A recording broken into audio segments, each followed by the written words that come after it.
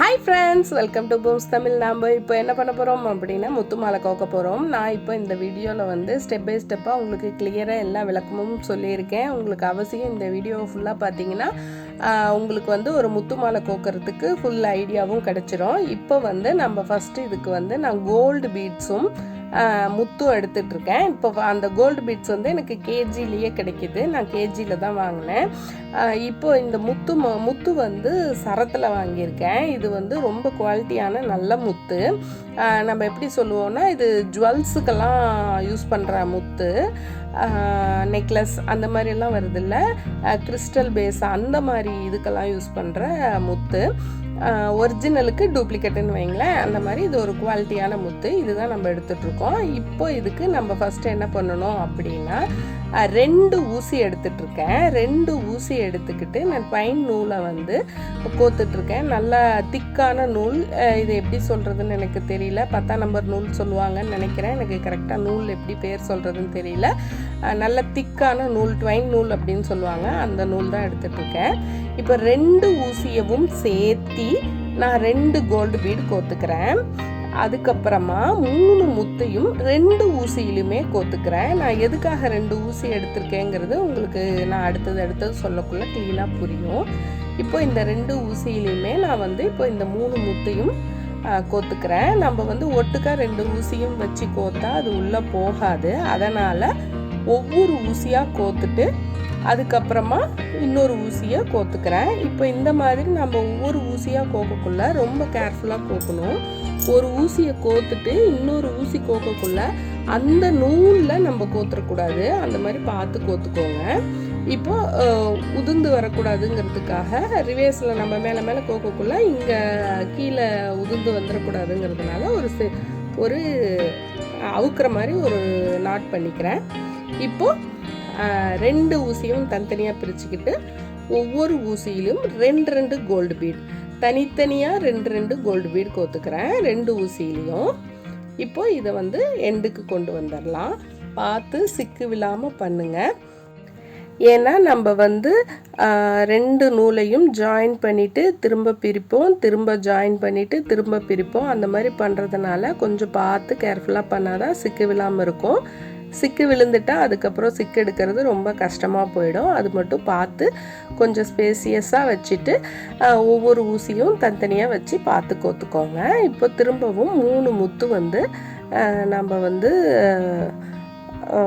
2 ஊசியிலையும் 3 முத்தையும் கோத்துக்கலாம். இப்போ பாருங்கள் 3 முத்தையும் நம்ம கோத்துட்டு இந்த இடத்த தான் நான் கேர்ஃபுல்லாக கோத்துக்கோங்க அப்படின்னு சொன்னது.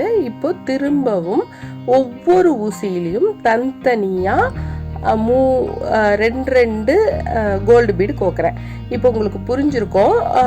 நமக்கு வந்து ஒரு டைமண்ட் ஷேப்பில் அல்லது ஒரு ஸ்கொயர் ஷேப்பில் நமக்கு வந்து அந்த கோல்டு பீடு வந்து எதனால் நம்ம தனித்தனியாக ஊசியில் கோத்தோம் அப்படின்னா இதுதான் ரீசன். நமக்கு இந்த டிசைன் வந்து ரொம்ப அழகாக கிடச்சிது.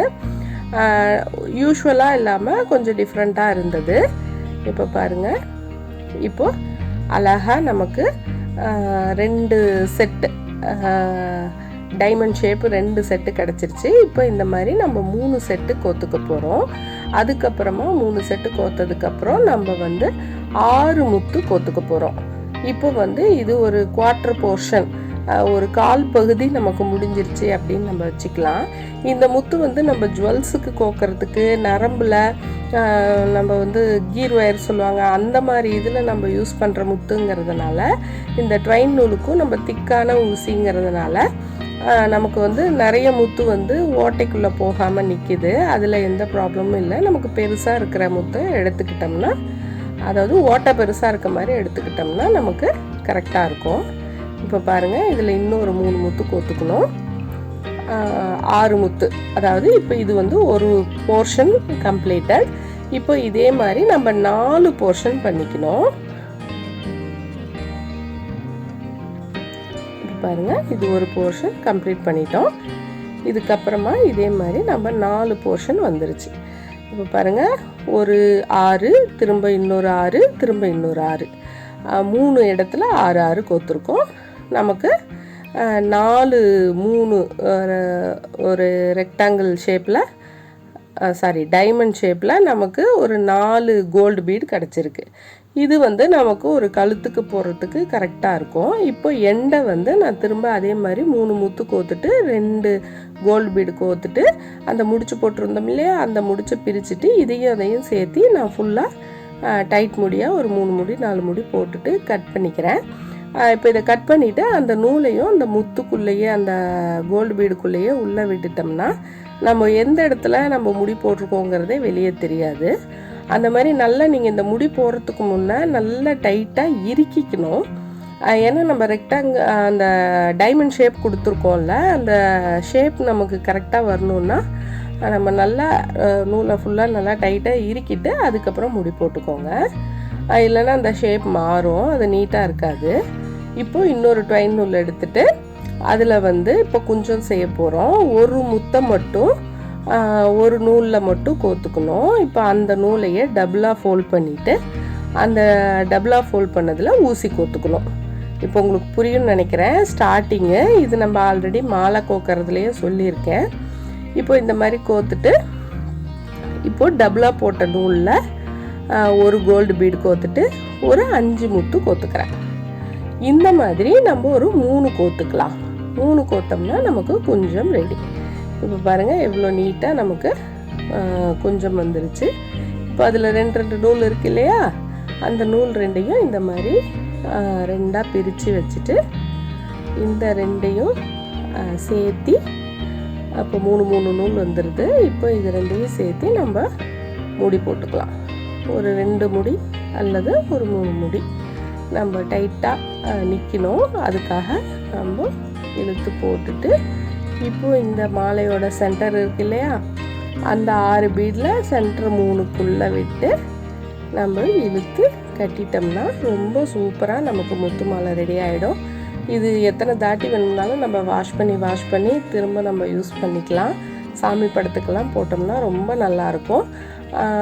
ரொம்ப வருஷத்துக்கு அப்படியே இருக்கும்.